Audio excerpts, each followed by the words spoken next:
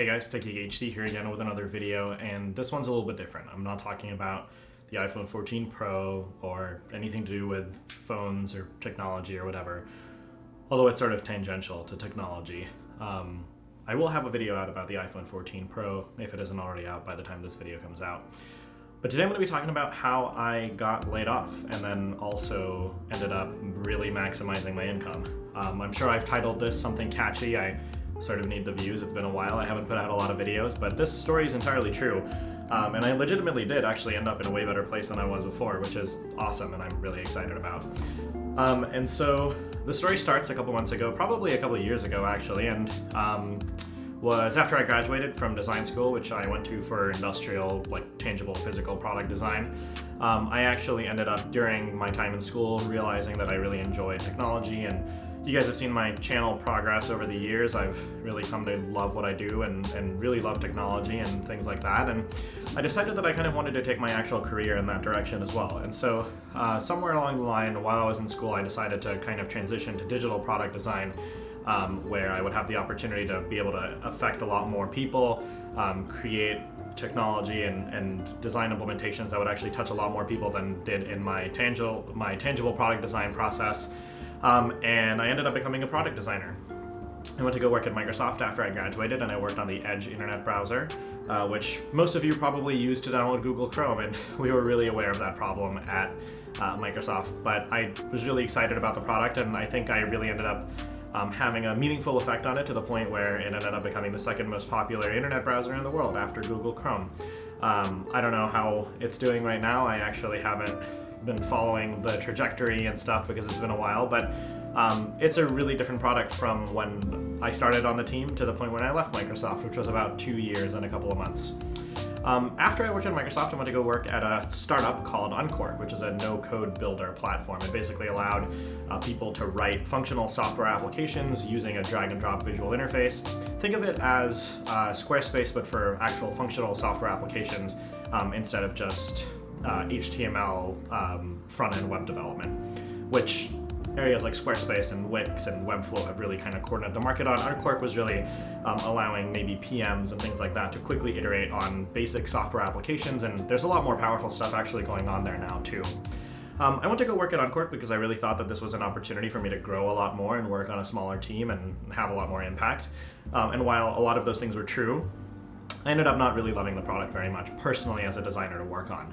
I like working on some enterprise things. I really enjoy working on consumer-facing products, but I think that to have some real meaningful business impact, having the experience in the business world and working on enterprise projects is important and can really help you grow as a designer. That particular product just didn't kind of appeal to me as much as I thought it would.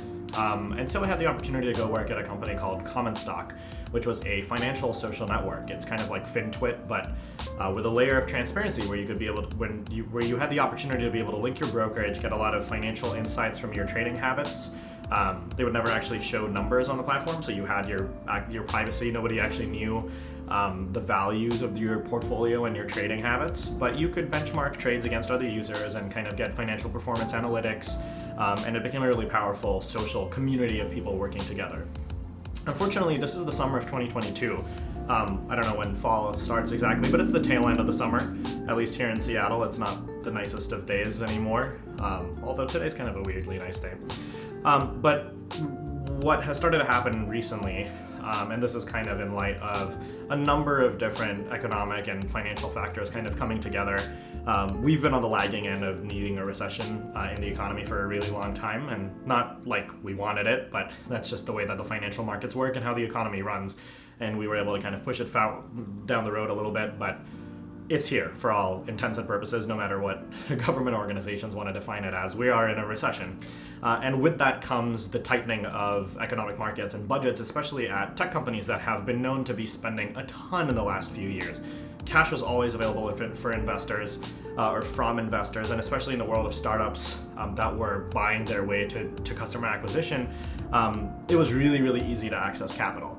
That was not the route that the company that I worked at took. They wanted to be a little bit more conservative with taking on cash, and for what it's worth, I think that was a really smart thing to do and learn to grow organically. But in the market where there are tons and tons of competitors and a lot of other companies with cash, it's really hard to compete. And unfortunately, being one of the two designers at the company and the other one having had been there for way longer than I had, when Common Stock did layoffs a little while ago, unfortunately, I was part of the group that was let go. About a third of the company was let go, and it was really pretty devastating. Now, I've been fortunate over the last couple of years to have worked, essentially since I graduated, 6-figure jobs, and not to sugarcoat it, it's been really great, and I've been very fortunate. There's been a lot of factors that kind of enabled me to do that after I graduated, but I was put in a position where I was able to leverage my skills and the work of my parents before me, who had kind of sacrificed a lot to send me to a great school, where I initially was not doing very well, but somewhere along the lines realized how important it was for me to really kind of put my head down at work and kind of succeed financially, especially because my parents don't own homes. Like, neither of them have had the opportunities that I have, and so I'm very grateful for everything that I had, but it put me in a position where I was able to graduate and work at basically a top company and make a lot of money, and that was really awesome. And so when I got laid off, it was a really, really weird experience. Like, I had never dealt with anything like this before. Ever since college, I've always been working, and not having anything to do was really incredibly bad and hard and challenging. I was riddled with anxiety for the basically like 5.5 weeks that I was laid off were maybe the worst 5.5 weeks of my life. It came at a really weird time. It kind of overlapped, unfortunately, with the passing of my childhood dog, and in fact, I got laid off on the same day as my dog was put down, and it was just the most intense double whammy anybody could ever have asked for. But the process, I think, left me in a place where I don't think is maybe necessarily the healthiest way to kind of combat these types of situations, but I've often found, at least for myself in a personally reactive sense, is once the pressure really, really hits home, I somehow find a way, and that's always been the case. I've had some really, really challenging experiences in the past in my life where I didn't have a place to live, and the rug was pulled out from under me with no warning. And this was kind of a really similar situation. I actually bought this house at the start of the year, and I had a really large mortgage over my head, and my savings I had really been kind of in decline because of investing in this home and having to sell the last one because of reasons that I'm not going to discuss in this video at the moment, but I lost money selling that house as quickly as I did. Actually, I think technically I broke even, but seller fees and buying fees in the world of real estate are really kind of horrifying. Either way, I had a lot of things that were wrong. Like, I was extremely riddled with anxiety. I didn't know what to do. And the fact that everyone around me was getting laid off, I went on LinkedIn every day or on Blind, and all I saw was 300 people got laid off here, 1,000 people got laid off there, 2,000 people got laid off there, 20% of this company's been laid off. It was extremely challenging and scary because not only now was I dealing with the fact that I've been laid off, but almost selfishly so, and not to discount the plight and the hardship that everybody else around me in the industry was facing, I would have a lot more competition at the moment, especially with companies downsizing and tightening budgets for how to hire and who to hire. I think that this was a really challenging experience for me just because there were so many layers and complexities to these problems, and I really empathize with other people who've been laid off. I've been trying my best to help. I've been able to successfully help a few people in my tangential LinkedIn network to people who I know and have maybe worked with in the past to actually get jobs.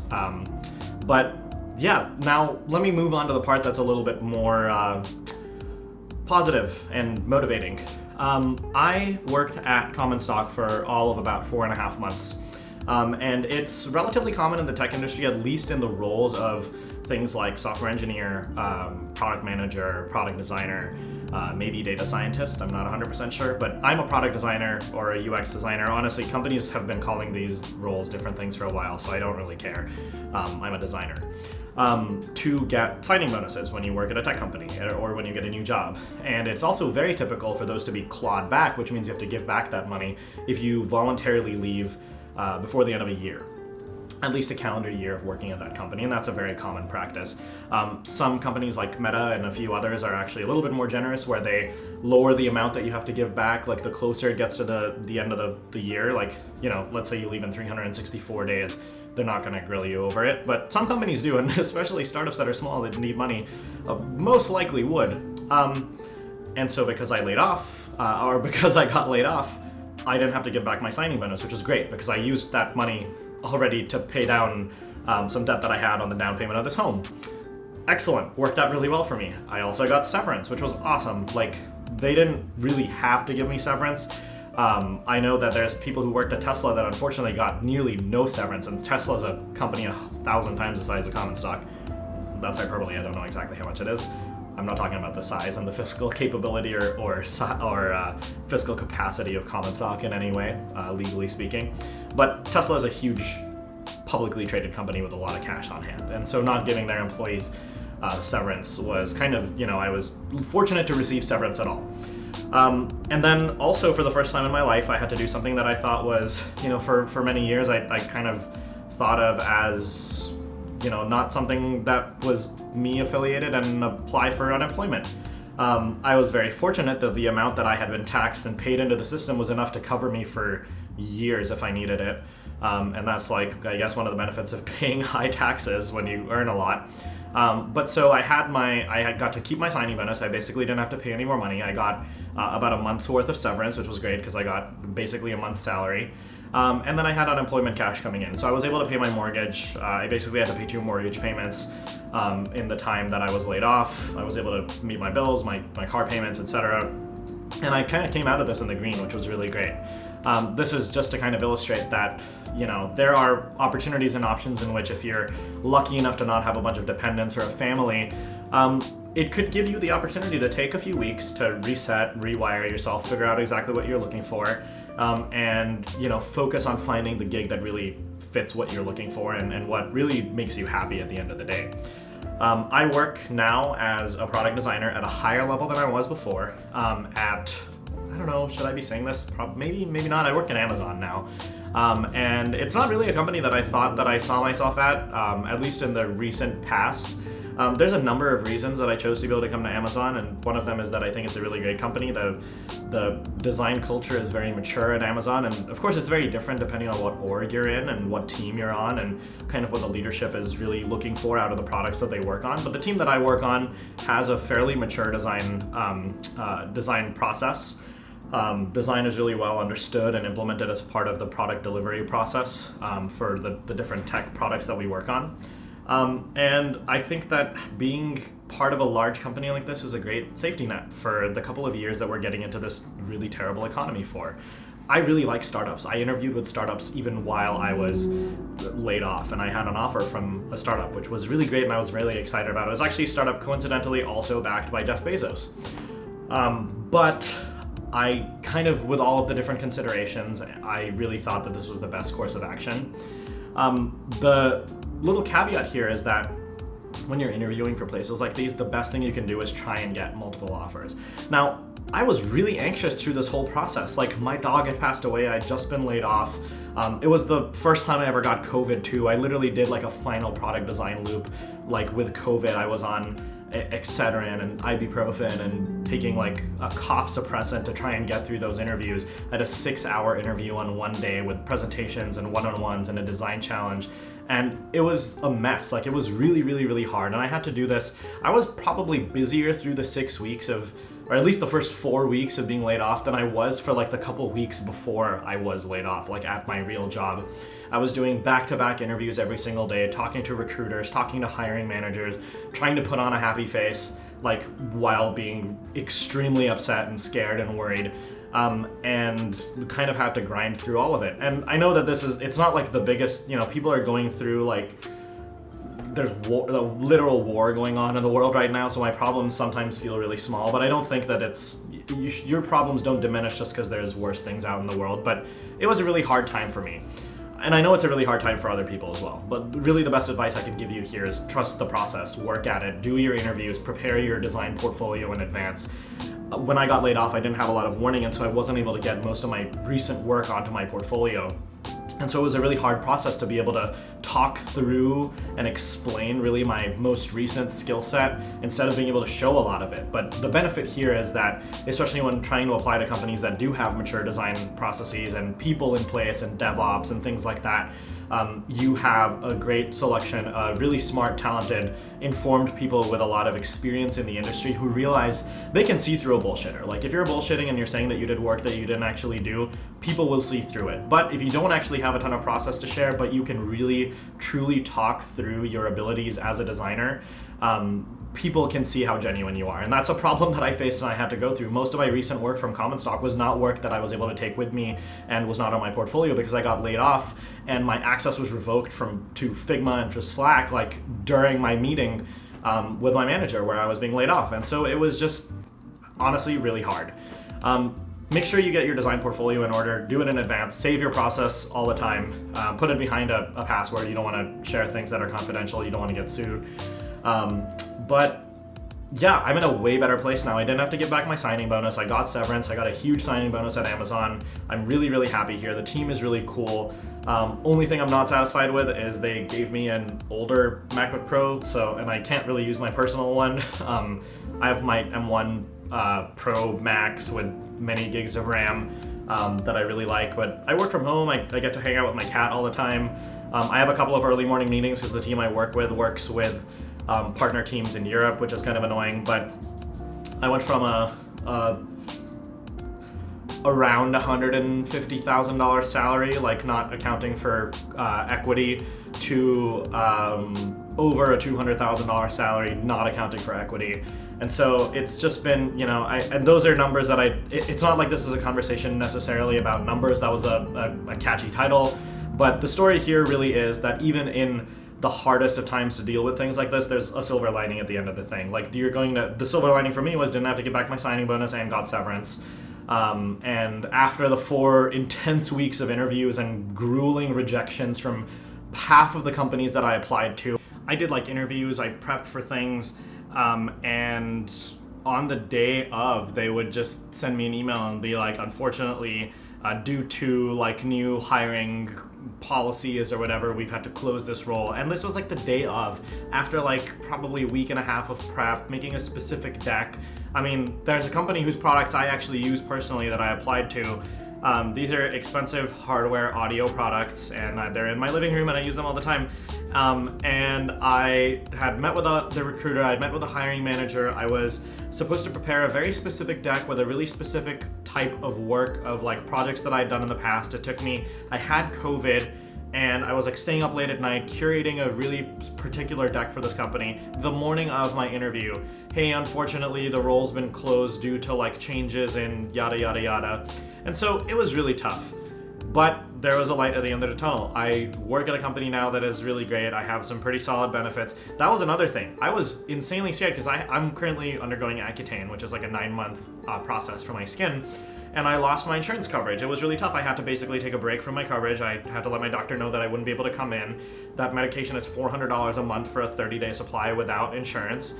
I couldn't see my therapist anymore, which is already like kind of tough because this is the time that I could really benefit from seeing a therapist. Like, there's so many layers to all of this.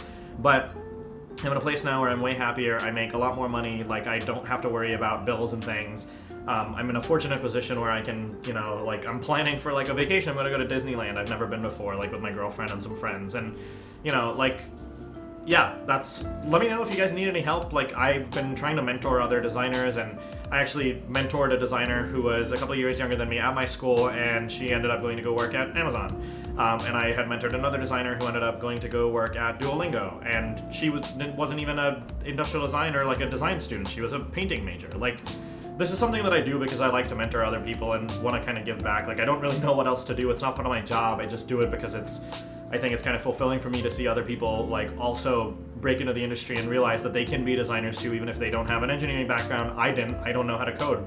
If they don't have a UX design, graphic design background, I took like one graphic design class at school. I don't know how to use Illustrator. Like, I'm kind of okay at it.